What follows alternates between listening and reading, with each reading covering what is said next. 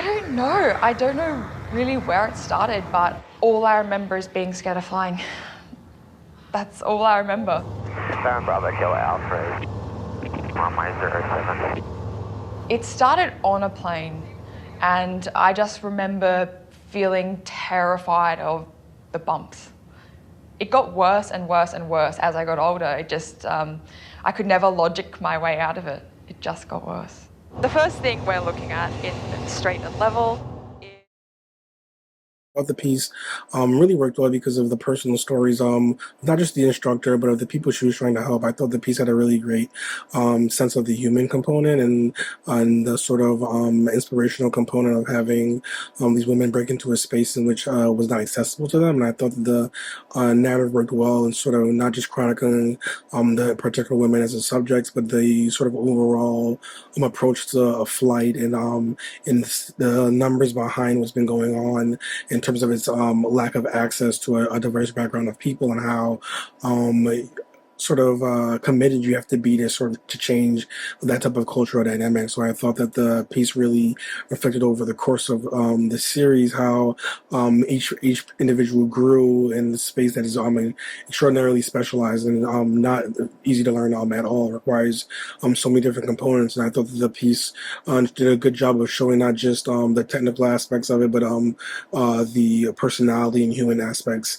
and disposition you have to do this type of thing, and what kind of people are pushed to pursue it. So I thought it ended up working as a good, interesting human exploration story, as well as the backdrop of an inspirational dynamic of women in this space. I think it's a really empowering series and story for women and for young girls.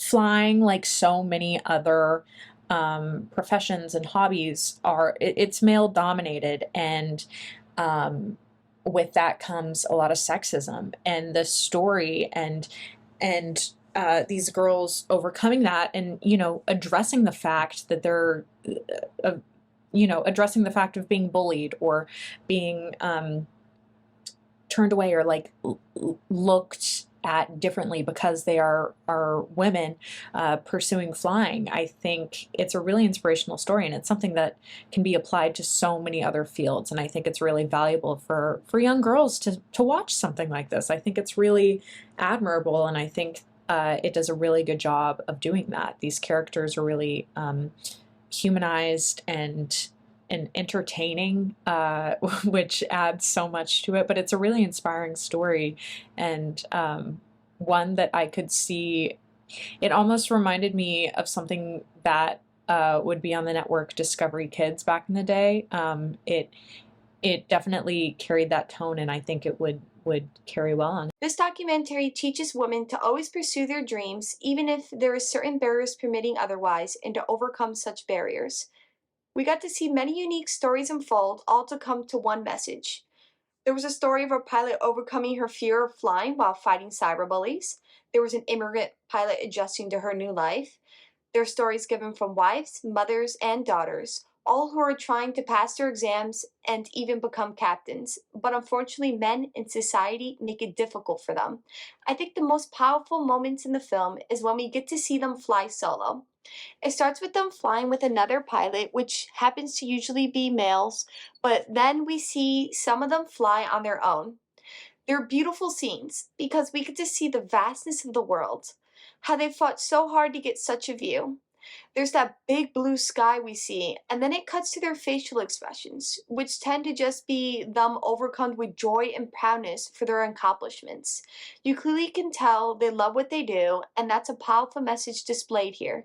Besides that, there was a great, credible amount of resources and information used to argue the fact that women face prejudice towards their gender, even sometimes race.